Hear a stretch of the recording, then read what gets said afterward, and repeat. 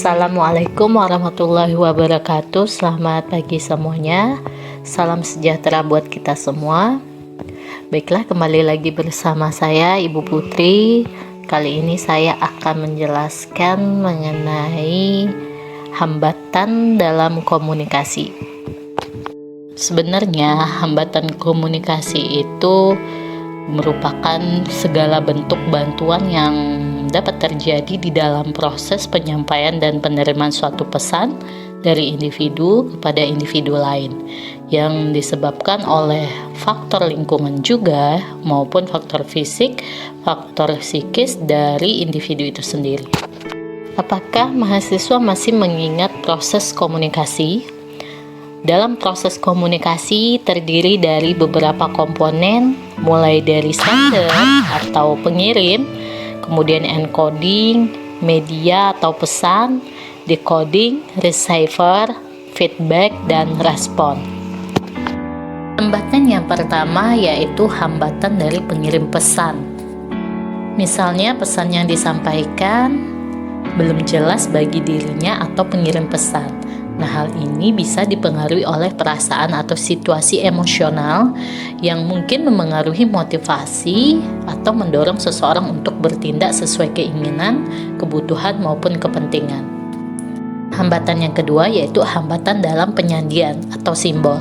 Hal ini bisa saja terjadi karena bahasa yang dipergunakan bisa saja tidak jelas, sehingga memiliki arti yang lebih dari satu atau ambigu. Nah, simbol yang digunakan antara si pengirim pesan dengan si penerima juga tidak sama, atau bahasa yang dipergunakan juga terlalu sulit. Selanjutnya adalah hambatan media, di mana hambatan yang terjadi dalam penggunaan media komunikasi, misalnya saja gangguan suara radio, sehingga tidak dapat mendengarkan pesan dengan jelas. Dan selanjutnya adalah hambatan dalam bahasa sandi, hambatan yang terjadi dalam menafsirkan sandi oleh si penerima. Kemudian hambatan dari penerima pesan, misalnya saja kurangnya perhatian pada saat menerima atau mendengarkan pesan, sikap prasangka, tanggapan yang keliru, dan tidak mencari informasi lebih lanjut. Hambatan selanjutnya adalah hambatan dalam memberikan umpan balik, di mana umpan balik yang diberikan tidak menggambarkan adanya, akan tetapi memberikan interpretatif, tidak tepat waktu atau tidak jelas dan sebagainya. Berikut adalah faktor-faktor yang menjadi penghambat komunikasi. Baiklah, hambatan yang pertama yaitu hambatan fisik. Misalnya saja kondisi fisik yang tidak memungkinkan terjadinya proses komunikasi yang dibagi menjadi kondisi fisik manusia, kondisi fisik yang berhubungan dengan waktu atau situasi atau keadaan, dan kondisi peralatan. Bisa saja bentuknya kurangnya sarana dan prasarana yang diperlukan dalam komunikasi atau penguasaan teknik dan metode komunikasi yang tidak sesuai. Kemudian hambatan semantik.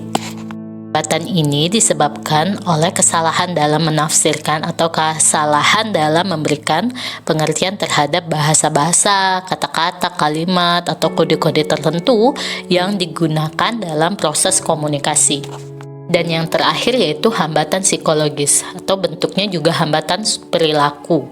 Nah, hambatan ini disebabkan berbagai bentuk sikap atau perilaku baik dari komunikator maupun komunikan.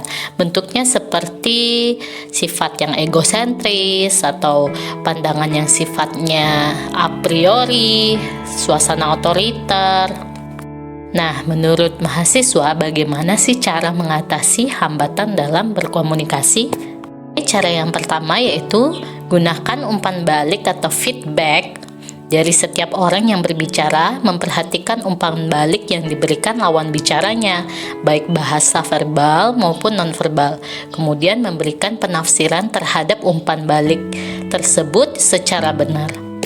Kemudian kita perlu memahami perbedaan individu atau kompleksitas individu dengan baik.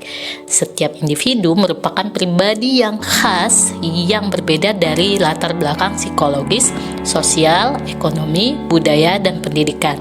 Artinya setiap individu adalah unik. Harapkan dengan memahami seseorang dapat menggunakan taktik yang tepat dalam berkomunikasi. Kemudian, gunakan komunikasi langsung atau face to face. Komunikasi langsung dapat mengatasi hambatan komunikasi karena sifatnya ya lebih persuasif. Komunikator dapat memadukan bahasa verbal dan bahasa nonverbal. Di samping kata-kata yang dapat pula digunakan seperti kontak mata, mimik wajah, bahasa tubuh lainnya, dan juga meta language atau isyarat yang membuat komunikasi lebih berdaya guna. Yang terakhir yaitu gunakan bahasa yang sederhana dan mudah. Nah, kosakata yang digunakan juga harus dapat dimengerti dan dipahami. Jangan menggunakan istilah yang sulit dimengerti. Nah, gimana? Sudah mulai paham pastinya kan? Dengan materi hari ini bahwa kita perlu menjaga bagaimana komunikasi dapat berjalan secara efektif dengan menghindari hambatan dari komunikasi. Kita sudah sampai di penghujung. Saya mohon maaf jika ada salah kata. Sampai jumpa di video pembelajaran selanjutnya. Saya akhiri, wabillahi taufiq wal hidayah. Assalamualaikum warahmatullahi wabarakatuh. Oke, jangan lupa subscribe ya. Terima kasih.